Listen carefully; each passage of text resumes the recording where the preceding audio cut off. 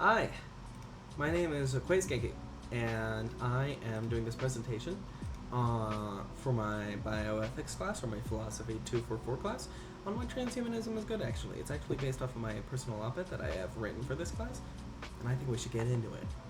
So, what is transhumanism?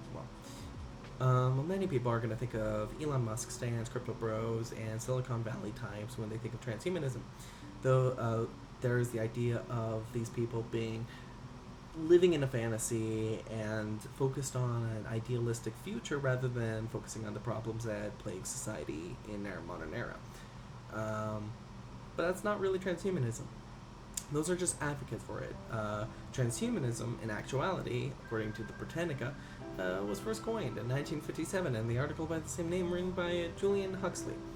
It is the idea that it is good to strive for developing technology that can augment and ascend above the human body, or not even just necessarily above it, but also, I suppose, just change it.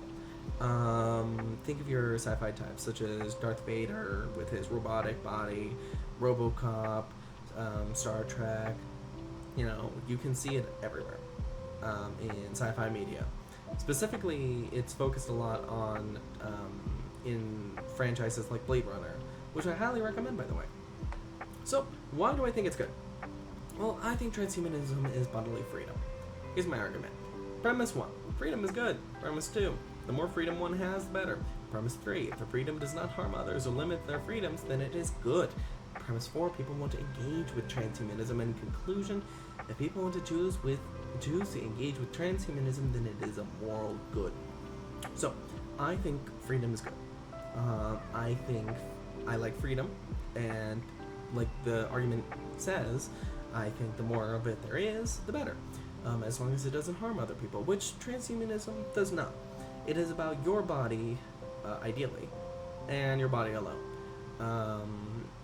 And I think that represents, or that speaks to a lot, that should resonate with a lot of people nowadays, specifically me. As someone who's gender non-conforming, I identify as non-binary. And I knew this because I realized that the way that I express my gender does not conform to being male or female in many ways that other people, or in the way that it does for many other people. And I believe that transhumanism could give more options in how I can express myself in the future and, feel happy in my own skin. And I think that's good. The second argument I have is about diversity. You see, my premise 1 is being surrounded by diverse groups of people will lead one to being more accepting. Premise 2, engaging with transhumanism will lead to more diverse groups of people. And in conclusion, if we want more accepting society, engaging with transhumanism will create a more accepting people. And I agree with this. I think that this is a point that I full-heartedly believe. You see, according to Nancy Wang Yuen from Biola University, when people do not interact with people who are different from them, they tend to rely on stereotypes as they are represented in the media. In other words, not them themselves. How media represents them. And I think that transhumanism creates a huge diverse group of people that would lead to more acceptance of all groups of people. If you see a person walking down the street with an augmented leg or an augmented limb or even a robotic eye, it's gonna be harder to, get upset or uncomfortable looking at a gay couple down the street. I think that it leads to more acceptance, and transhumanism opens the door for that. The more people you see around you, the more accepting of those people and others you will become. So what are some of the problems with that? Or at least, why is it a contentious viewpoint? Well, the criticism is this. Critics view or worry that transhumanism could enable ableism. Hi, Elon. So, why is this the case? Well, I think it goes back to a lot of advocates for transhumanism, specifically Elon, his stands, and many other people. They believe that they kind of talk about transhumanism in a way that really views the human condition and all its variants as an ilk, as a thing to be overcome. This is a valid criticism against transhumanism. But I don't think it's the fault of transhumanism. It's more like the fault of the advocates of transhumanism.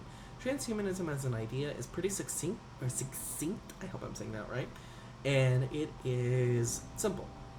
And on top of that, I think that it inherently leads to more diversity of people, as I stated before, and which would lead to more accepting people. Like again, like as I stated before, if you see someone with a robot eye or something like that, it's gonna be a little harder to be uncomfortable looking at a person in a wheelchair.